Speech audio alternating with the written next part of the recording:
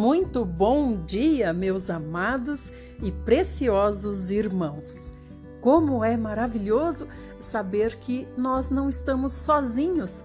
Há muita gente conosco, buscando ao Pai e se preparando para o reino que o Senhor Jesus está trazendo. Hoje nós vamos começar com o Salmo 142, é uma oração por libertação. Quem escreveu foi nosso pai Davi e deixou registrado para que hoje nós pudéssemos desfrutar das suas palavras, das suas conversas com Deus. Quando você terminar de ouvir esse áudio, eu quero lhe pedir que você compartilhe o link que eu mando do YouTube, para que o YouTube também possa atrair mais pessoas para ouvirem conosco a palavra. Então vamos lá. Salmo 142 diz assim: Em alta voz clamo ao Senhor, em alta voz suplico ao Senhor as suas misericórdias. Derramo diante dele a minha queixa, a ele apresento a minha angústia. Quando esmorece em mim meu espírito, tu conheces o caminho que devo seguir. Na vereda que percorro, ocultaram uma armadilha para mim. Olha para a direita e vê que ninguém se importa comigo. Perdido está para mim o refúgio. Ninguém se preocupa com a minha alma. A ti, Senhor, clamei, declarando: Tu és meu refúgio, minha partilha na terra dos viventes. Atende aos meus apelos, pois estou muito exausto. Livra-me dos meus perseguidores, porque são mais fortes do que eu. Tira minha alma desta prisão, para que eu dê graças ao teu nome. Então os justos me rodearão, por causa da tua bondade para comigo. Aleluia! Bondoso é o Senhor para conosco. Vamos para Provérbios 17, hoje versos 24 e 25. A sabedoria é o grande objetivo das pessoas realmente inteligentes, mas o tolo não sabe nem o que o satisfaz de fato. O filho sem juízo é tristeza para seu pai e amargura para sua mãe. Velho Testamento, estamos no segundo livro de Reis e hoje, capítulos 6 e 7, Eliseu faz flutuar um machado. Em outra ocasião, os discípulos dos profetas sugeriram a Eliseu: Como vês, Eliseu, o lugar em que moramos perto de ti tornou-se pequeno demais para nós. Vamos até o Jordão e ali cada um de nós cortará um tronco a fim de podermos construir ali mesmo um local para as nossas reuniões. E Eliseu aqueceu, dizendo: Ide. Então um deles convidou Eliseu: Queiras vir com teus servos? E Eliseu respondeu: Eu vou. Assim Eliseu foi com eles, e chegando ao rio Jordão, eles se puseram a derrubar as árvores. Entretanto, quando um deles estava cortando um tronco, o ferro do machado caiu nas águas do rio Jordão. E ele imediatamente gritou: Ai, meu senhor, este machado fora tomado emprestado. Ao que o homem de Deus, Eliseu, indagou: Onde caiu o machado? E imediatamente outro servo apontou o lugar onde o machado tinha caído. Então Eliseu cortou um galho e jogou o galho na direção indicada, fazendo o ferro do machado subir à tona e flutuar sobre as águas. Então disse ao servo: Pega o machado. O servo estendeu o braço e tomou o machado nas mãos. Aqui, irmãos, duas coisas interessantes. Primeiro, quem são esses rapazes, esses homens que aqui andam com Eliseu? Eles são alunos de Eliseu. São alunos do, digamos que o que mais para frente hoje vai se tornar um rabi, né? Eles são alunos de profetas. Eliseu é profeta e está ensinando esses alunos a serem profetas também do Senhor. E aqui eles moram como se fosse numa pequena comunidade, né? Um perto do outro. Mas aí um deles teve uma ideia: vamos construir um tipo de um galpão para a gente fazer as nossas reuniões. Então já é um protótipo da igreja, né? Reunião da igreja. Outra coisa interessante é que quando a gente escuta essa história, a gente pensa assim: puxa, o machado flutuou. Mas você fica imaginando como que o machado flutuou. Olha só, quando a gente presta atenção aqui, a gente vê que Eliseu cortou um galho. Não fala aqui o tamanho do galho, mas se é um galho de uma árvore, então é algo grande, né? Pelo menos 2 vezes o braço de um homem. É um galho de uma árvore. Ele cortou esse galho, ele perguntou: aonde que caiu o machado? Então o moço falou: caiu ali. Ele jogou esse galho ali, onde o machado caiu. O galho, pelo que eu entendi, o galho desceu, resgatou o machado lá embaixo, que é só a parte de ferro. O cabo não caiu no rio, o cabo continuou na mão do moço. O que fala aqui? Quando o moço estava cortando a árvore, a parte de ferro do machado escapou e caiu no rio. Então o cabo do machado ficou na mão dele. Então o que eu entendo? Esse galho, ele desceu até o fundo do rio, ele entrou no machado como se fosse o cabo do machado e subiu, né? Então ele fez com que o machado, a parte de ferro do machado, flutuasse. É como se esse galho tivesse se transformado num tipo de boia para esse machado.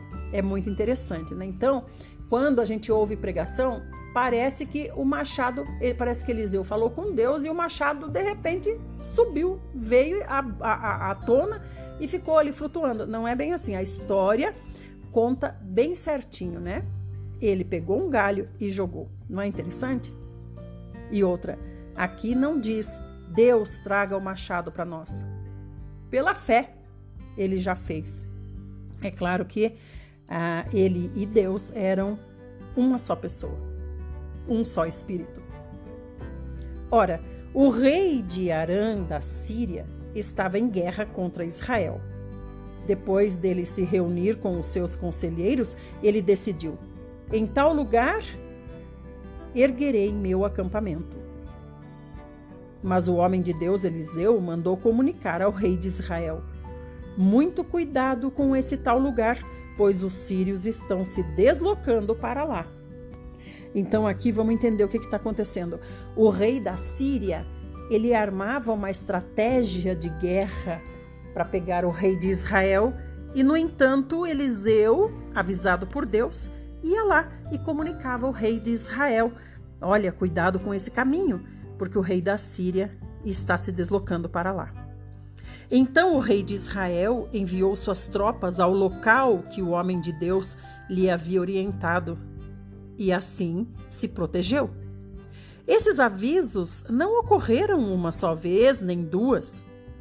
O coração do rei de Arã ficou muito perturbado com isso e mandou chamar os seus servos e interrogou: não me podereis descobrir quem, afinal, é que está nos traindo a favor do rei de Israel? E um dos seus servos ponderou: ó rei, meu senhor, não é isso que se passa? É o profeta Eliseu que está em terras israelitas. Ele conta ao rei de Israel tudo quanto dizes no secreto dos teus aposentos. Diante do que o rei determinou: ide e vede onde ele se encontra. Vou mandar trazê-lo aqui. Então informaram ao rei da Síria: o profeta está em Dotã. O rei da Síria mandou cavalos, carros e um grande exército para aquele lugar, os quais vieram de noite e sitiaram a cidade.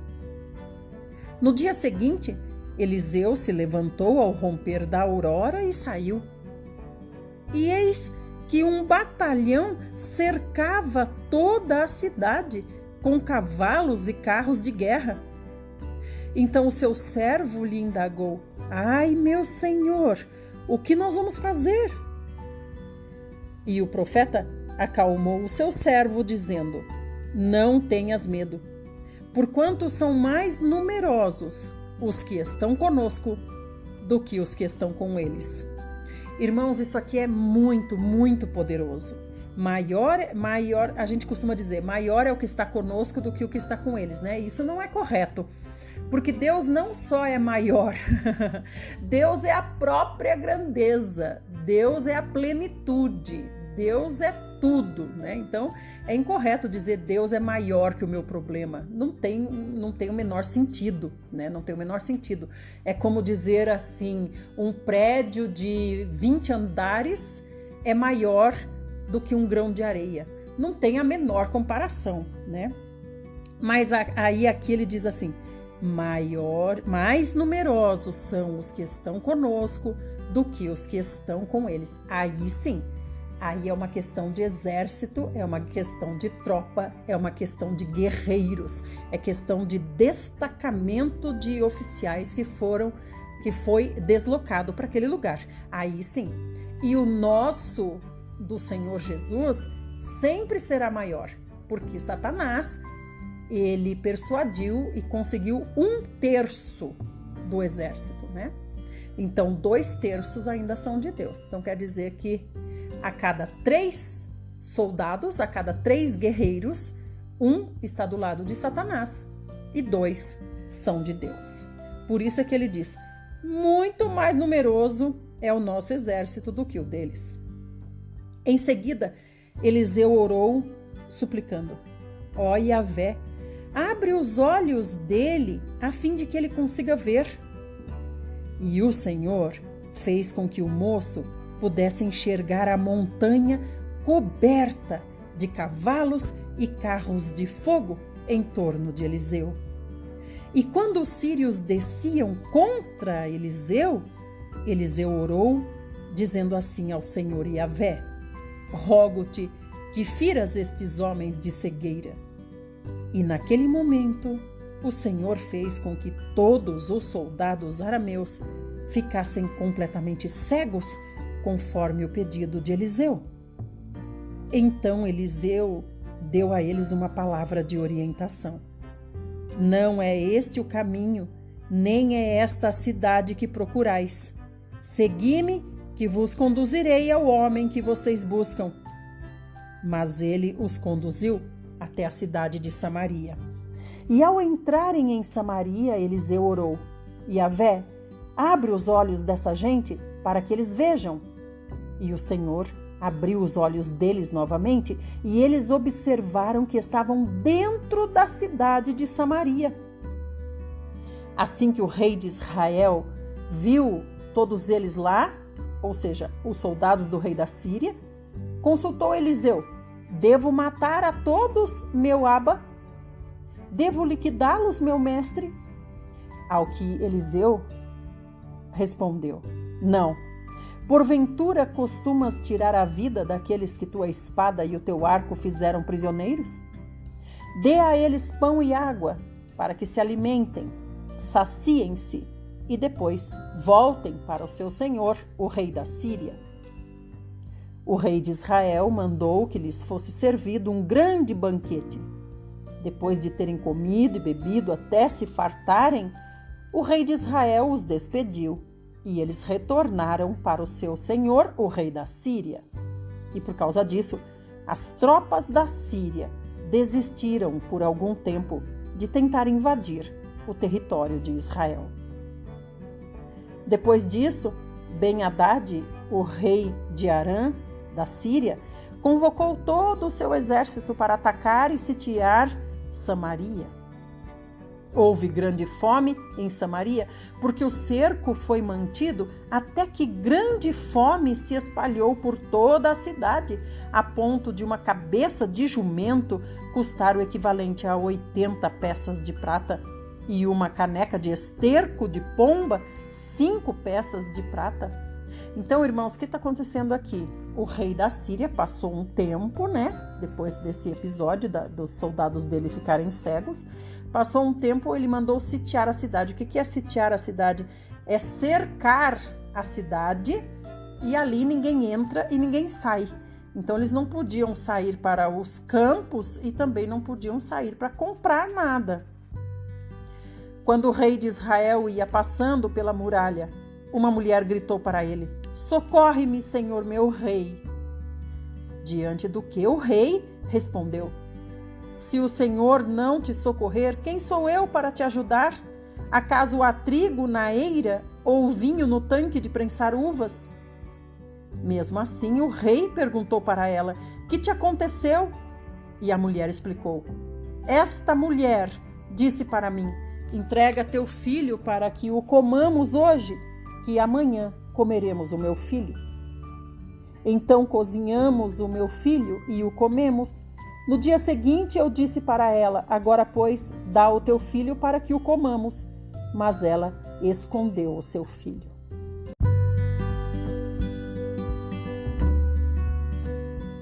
E assim que o rei ouviu o que aquela mulher tinha dito, o rei rasgou as suas vestes enquanto caminhava pelo muro, e o povo viu que o rei vestia pano de saco por baixo sobre a sua pele. Então o rei disse: "Que Deus me castigue com todo rigor se a cabeça de Eliseu, filho de Safate, lhe ficar sobre os ombros até o final deste dia." Eliseu estava sentado em sua casa e os anciãos sentados com ele. O rei fez-se preceder por um mensageiro. Mas antes que o mensageiro chegasse até Eliseu, Eliseu declarou àquelas autoridades que estavam ali com ele: "Vistes como esse filho de assassino mandou-me cortar a cabeça? Ficai, pois, atentos. Assim que o mensageiro chegar, fechai a porta e empurrai o mensageiro, deixando o mensageiro para fora e a porta trancada. Porventura ele não será imediatamente seguido pelos passos do seu senhor, o rei de Israel?" Quando Eliseu ainda estava falando com eles, o mensageiro chegou e declarou: "Isto é um castigo que vem de Yahvé. Que razão teria ainda para ter esperança no Senhor?" Então, amados, o que aconteceu aqui? Essa fome sobreveio, por quê? Porque o rei da Síria cercou a cidade, e cercou a cidade justamente para esperar que a fome se tornasse tão rígida, né, a ponto deles se entregarem como escravos para o rei da Síria. No entanto, o rei de Israel, ele está caminhando por cima do muro. Então, o muro, eles eram largos, né? Eram como fortalezas, como se fosse uma muralha. Você pode caminhar por cima dessa muralha. Então, tinha muralhas que tinham até casa, né? Na muralha, de tão larga que é a muralha em cima.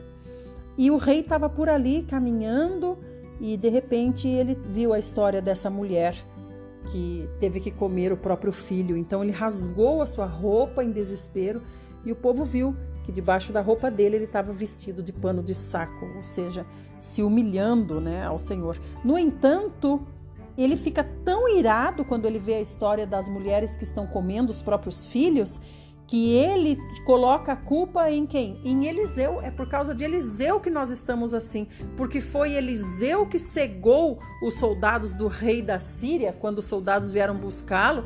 Então agora o rei da Síria quer se vingar de nós por culpa de Eliseu. Então sempre a culpa é de Eliseu. Então agora ele mandou ir buscar Eliseu. Eliseu estava com as autoridades e ele disse: "Fechem a porta quando os mensageiros chegarem." Então Eliseu respondeu: "Escuta a palavra de Yahvé. Assim diz o Senhor: amanhã por essas horas, na entrada de Samaria, tanto uma medida de farinha como 2 medidas de cevada serão vendidas por 1 peça de prata." Então o que ele está falando? Amanhã vai ter sobrando. Amanhã as coisas de comer não vão ter nem preço, porque vai ter tanta em fartura, né? O escudeiro em cujo braço o rei se apoiava respondeu ao homem de Deus: ainda que o Senhor mandasse abrir as comportas do céu, será que essa profecia poderia se tornar realidade? Entretanto, Eliseu advertiu o rei: tu o verás com teus próprios olhos, contudo, dessa fartura tu não comerás, ó rei. À porta da cidade estavam 4 leprosos, os quais disseram entre si: por que ficarmos aqui à espera da morte? Se resolvermos entrar na cidade, morreremos lá, porque a fome reina lá dentro. Se ficarmos aqui fora, morreremos da mesma forma. Vamos então passar para o acampamento dos arameus, a fim de nos rendermos. Se nos deixarem viver, viveremos, e se nos matarem, morreremos.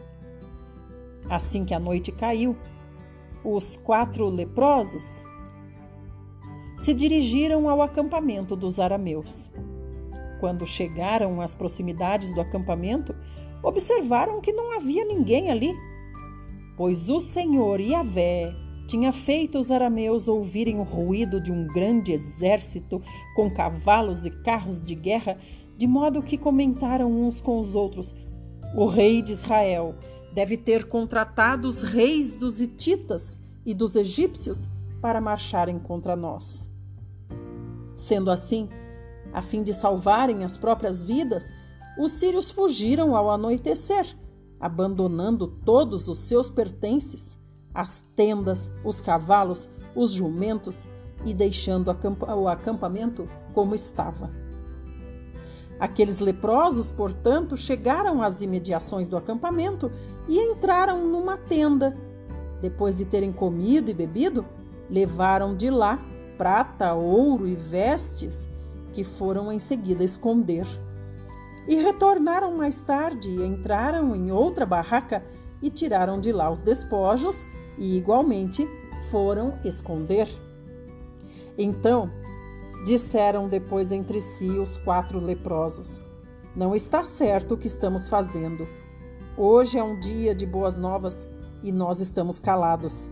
Se esperarmos até raiar o dia de amanhã, com certeza algum castigo nos sobrevirá.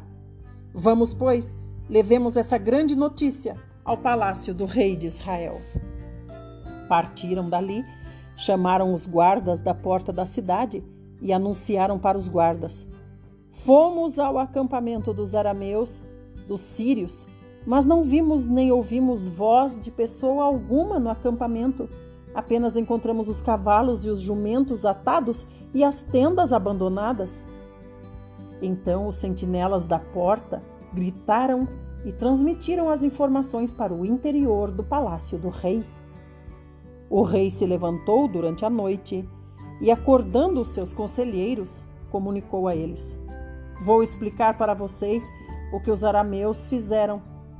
Sabendo que estamos sofrendo fome, retiraram-se do acampamento para se esconder no campo, imaginando consigo: certamente eles sairão da cidade, nós os apanharemos vivos e entraremos na cidade.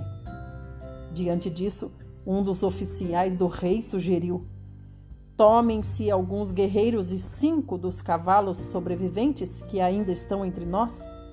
O destino desses homens será o mesmo de todos os israelitas que permanecerem conosco, exatamente como toda essa multidão condenada. Por essa razão, nós os mandaremos investigar o que aconteceu e veremos o que mais sucederá. Assim, eles tomaram 2 carros de guerra com seus cavalos, e o rei os enviou atrás do exército dos arameus, ordenando aos condutores: vão e vejam tudo quanto se passou por lá.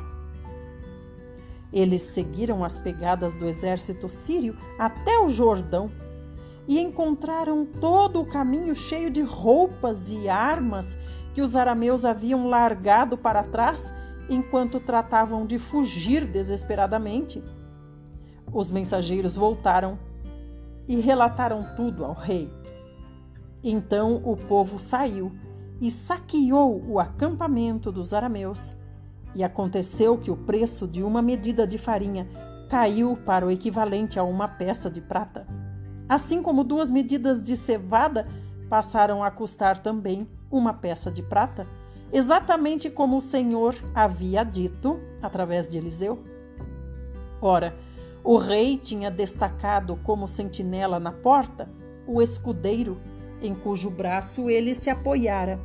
No entanto, o povo, ao sair em disparada, pisoteou o rei lá na porta, e o rei morreu, conforme o homem de Deus havia predito quando o rei foi à sua casa. Aconteceu tudo conforme o homem de Deus havia profetizado diante do rei. Amanhã, por volta desta hora, na porta de Samaria, tanto uma medida de farinha como 2 medidas de cevada poderão ser compradas por apenas uma peça de prata. O oficial tinha contestado Eliseu, dizendo: ainda que o próprio Iavé abrisse as janelas do céu, poderia tal predição se cumprir? E o homem de Deus respondeu: tu o verás com os teus próprios olhos, contudo de nada comerás. E assim aconteceu, pois o povo o atropelou junto à porta da cidade e ele morreu ali mesmo. Aí, irmãos, está dando para a gente entender, né? Por que o povo atropelou o rei? O que é isso? Por que atropelou? Porque estava em total desespero de fome. Fome. A gente vê que nem cavalos eles tinham mais, porque já tinham comido todos os cavalos, tinham comido todos os jumentos. Provavelmente comeram rato, comeram os cães, comeram os gatos, tudo que tinha e podia, né, ser cozinhado, eles comeram. Comeram até os próprios filhos. E existe realmente, isso é real, existe realmente, vamos dizer, comunidades que comem, sim, seres humanos, né? Comem, fazem essa antropofagia. Por quê? Por causa da fome ou então por uma questão cultural. Mas aqui foi por fome. Então imagina um povo que está comendo gente, né? Que está comendo seus próprios irmãos, que está comendo cavalo, que está comendo rato, que está comendo escorpião, está comendo o que tem. Imagina quando abre a porta e diz: corram que ali tem comida. E comida boa, imagina. Então eles saíram como uma boiada estourada e atropelaram todos que estavam na porta. Não sei, aqui não diz se foi só o rei que morreu, pode ser que os que o acompanhavam também tenham morrido, né? Mas foi por isso, ele morreu pisoteado por causa do desespero da multidão. Essa é a nossa porção aqui no Velho Testamento. Agora nós vamos para o Novo Testamento, nós estamos em Atos 16. Atos 16 fala sobre Timóteo. Timóteo segue Paulo e Silas. Paulo chegou também a Derbe e Listra, e vivia ali um discípulo chamado Timóteo, filho de uma judia cristã, sendo seu pai grego. Os irmãos de Listra e Icônio davam bom testemunho de Timóteo. Então Paulo se interessou em que Timóteo o acompanhasse em sua missão. Para tanto, ele circuncidou Timóteo por causa dos judeus que viviam naquela região, pois era do conhecimento dos judeus que o pai de Timóteo era grego. À medida em que passavam pelas cidades, transmitiam as decisões tomadas pelos apóstolos e presbíteros lá em Jerusalém, a fim de que passassem a ser obedecidas. Assim, as igrejas eram edificadas na fé e cresciam em número, dia após dia. Que decisões eram essas? Decisões que os novos convertidos que vinham, que eram os gentios, eles não podiam comer animais sacrificados, estrangulados, né? E imoralidade sexual tinha que parar também, e sacrifício aos ídolos. E viajando por toda a região da Frígia e da Galácia, Paulo e seus companheiros de ministério foram impedidos pelo Espírito Santo de pregar a palavra na província da Ásia.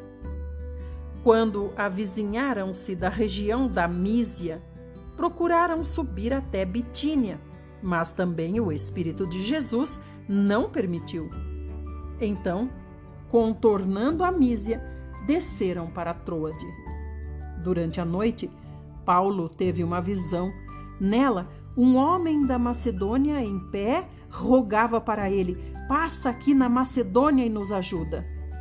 Imediatamente após ter recebido essa visão, eles se prepararam para partir rumo à Macedônia, concluindo que Deus havia chamado a eles para pregar o evangelho aos macedônios. Navegando de Troade, seguiram em linha reta até Samotrácia e no dia seguinte para Neápolis. De lá, rumaram para Filipos, que é a cidade mais importante desse distrito da Macedônia e colônia romana. Nessa cidade, ficaram vários dias. No dia de sábado, saíram da cidade para a beira do rio, onde imaginaram encontrar um lugar para orar. E se assentaram e começaram a conversar com algumas mulheres que ali também estavam reunidas.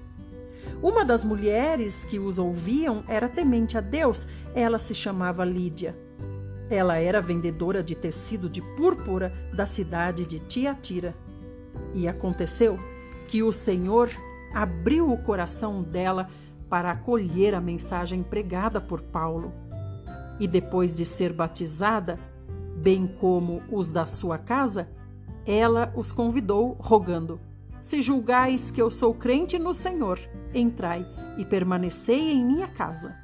E assim convenceu a eles. Até aqui, queridos irmãos, amanhã nós continuaremos. Lembrem-se de compartilhar o link do YouTube. O YouTube, quando vê que há outras pessoas chegando, clicando no joinha, se inscrevendo no canal, o próprio YouTube começa a indicar para outras pessoas. E esse é o nosso propósito, que nós tenhamos mais e mais e mais pessoas sendo alcançadas pela Bíblia inteira em um ano.